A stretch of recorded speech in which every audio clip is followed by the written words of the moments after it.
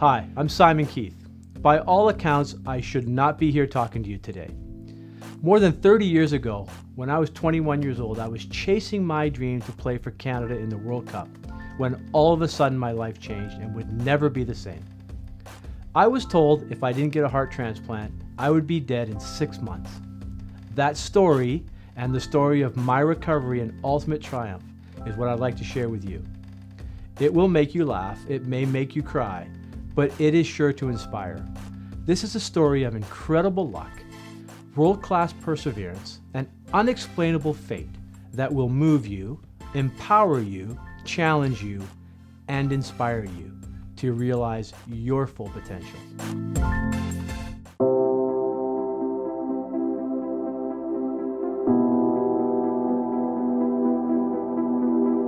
Our deepest fear is not that we're inadequate. Our deepest fear is that we are powerful beyond measure. We're just scared to death to be that person. So how do we unlock that? So when I came out of high school, I was fortunate enough to sign a professional contract over in London. Got to play against all the big guys, you know, Arsenal and all Chelsea and all those fun guys. And on the horizon was the World Cup, biggest sporting event in the world. Canada was going to qualify, and it was the dream. I was going to be on the team. I was going to be in Mexico City. And then something really strange began to happen. I started to get sick. So instead of in 1986 in July, instead of standing on a soccer field in Mexico playing for Canada in the World Cup, I got to do this. You want to talk about a moment? When you're 21 years old and they're about to wheel you into the operating room and they're going to take your heart out of your chest and they're going to put somebody else's in, that's a moment that gives you perspective.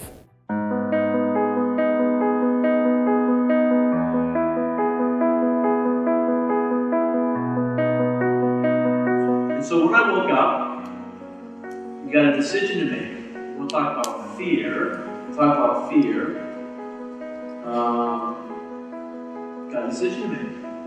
What are you going to do? You're going to crawl into a ball and sit in the corner, or are you going to go for it? So I talked to Sir Terence, and he said these words to me. He said, Simon, the goal for you in heart transplantation is to live the life you led prior to being sick. Holy cow. Talk about empowering words for me.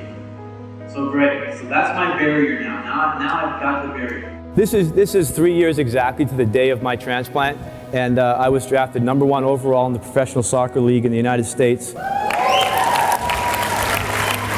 a great speaker, and he will definitely change people's lives. Well, I think with Simon, it's just what you see is what you get. He's just an authentic person and tells you how it is. Just listen and you just reevaluate what you want to do with your life and what you could do with your life. I knew that in 2011, it was going to be 25 years of having somebody else's heart inside your chest. I still didn't know whose it was. Here's my donor, his name is John Edward, and you know, in my kind of stories, these are the heroes, right? I mean, this poor kid didn't have a chance at life. At 17 years old, died on that field, and allowed me to get a second chance and live my dreams.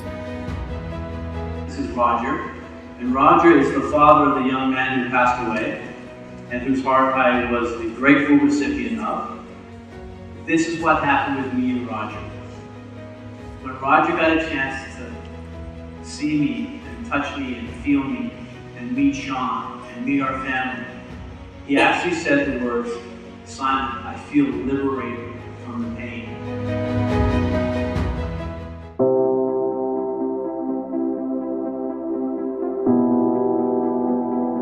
Our final stop of the day was I got to go and see John in his final resting spot.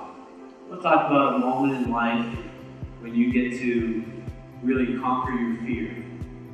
This is it. This is it. What do you say, right? How do you say thank you? How do you say thank you to someone who literally gave you everything? Everything. Everything. My career, my kids, my wife, my children, standing here today, everything. And so I had an epiphany year, and I said to myself, I'm gonna be the guy that I've always wanted to be, that I've always sort of been, but haven't really grabbed the brass ring. I'm gonna be the guy. I'm gonna say it out loud. I'm gonna be the guy. I'm going to be the guy. I'm going to be special. I'm going to change the world. That's what I said. I went on a mission to learn about organ donation and transplantation, how the systems work. And I went and sat on the governing board in Nevada, and then I became the COO of the organization. We turned a terrible organization that was 53rd out of 58 in the country in terms of organ donation per capita, and we made it to the #1, not only in the United States, but around the world in 4 years. I find myself advocating around the globe now. I've become an expert, and because I made a promise to John, I'm going to change the world. This is how I'm doing it. I find myself a sort of semi-intellectual jock from Victoria, British Columbia, speaking at the White House to the Congress and Senate about organ donation. How does that happen? How does that happen? Because I chose to take my fear and really embrace it. I understood that I am not worried about failing.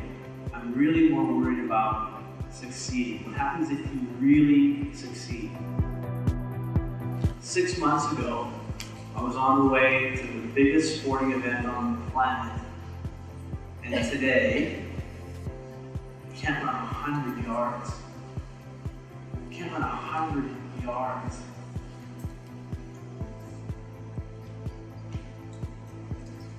It was the defining moment in my life.